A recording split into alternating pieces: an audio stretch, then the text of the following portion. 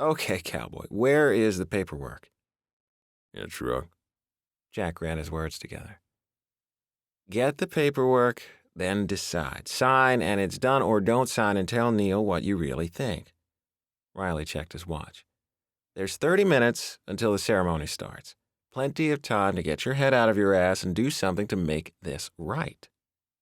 Jack groaned again, and Riley smiled. His cowboy may be a stubborn fucker, but Jack knew what he had to do. He lifted his face again, but this time worry had been replaced by something else. Something punctuated by the press of a hard and very interested dick against Riley's thigh. Jack quirked his eyebrows. Have we got time for... No, Riley replied adamantly. As much as he wanted Jack out of the suit and bent over the nearest rail, they had things to do that were more important. Not even a... No. You're a fucking bastard, Riley Campbell-Hayes, Jack said with no heat. It's why you love me, Riley smirked. You have half an hour. Jack hated it when Riley was right. Inevitably, Riley was always freaking right when Jack came out of his stubborn, focused stage. The fucker. He readjusted himself and saw the lick of heat in Riley's eyes. If only they had longer, then falling to his knees and wringing a noisy, messy orgasm from his suit-wearing husband would have been right at the top of his list. He chuckled and pulled Riley close for a kiss, a touch filled with the promise of later. Finally separating, Jack left to get the papers from the truck, and with them safely in his hand, he returned to the throng to find his soon-to-be whatever.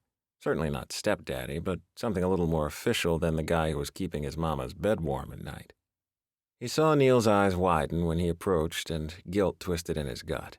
The man had a couple of other guys with him, 2 in suits and 1 dressed in Sunday best cowboy. Nice-looking guy, built like a brick outhouse, with short blonde hair and dark blue eyes. This guy took a careful step forward to put himself closer to Jack. He wasn't actually between Jack and Neil, but it was enough of a stance to be meaningful.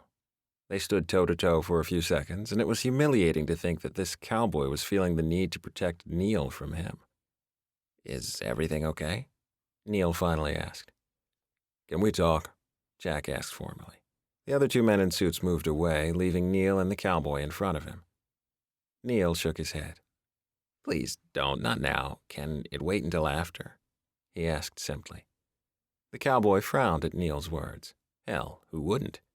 Neil sounded resigned and just a little pissed. If this cowboy was a good friend, then he probably knew everything. Jack wasn't going to let this lie. I wanted to apologize for my behavior, Jack said firmly. He knew it was his imagination, but he felt as if every eye of the waiting wedding party was on him. What the hell? He had told Neil what he thought of him in public before. It was only right to be telling the man now how Jack had changed his mind. And I have a wedding gift for you. He thrust the paperwork of the prenup at Neil, and the man looked down at it with resignation on his face. Thank you, he said carefully. He didn't immediately take the papers. Jack shook them a little to encourage Neil to take them, and at first he didn't get why the guy wasn't snatching them out of his hands. Then realization hit him. Neil probably thought it was the signed and notarized paperwork. Fuck, when am I going to do things right? I didn't, he started. Then he thought maybe action spoke louder than words. Taking the thick sheaf of papers, he ripped them cleanly down the middle and then ripped each half again. Finally, grasping the pieces in one hand, he held them back out to Neil, who accepted them in his left hand. The man was obviously shocked, judging from his facial expression. Although he was quiet, his expressive eyes spoke volumes. Thank you, Jack, Neil said. His voice was gentle, and then he held out his right hand. Jack hesitated briefly in accepting the handshake. Didn't seem right welcoming the man into his family with a freaking handshake.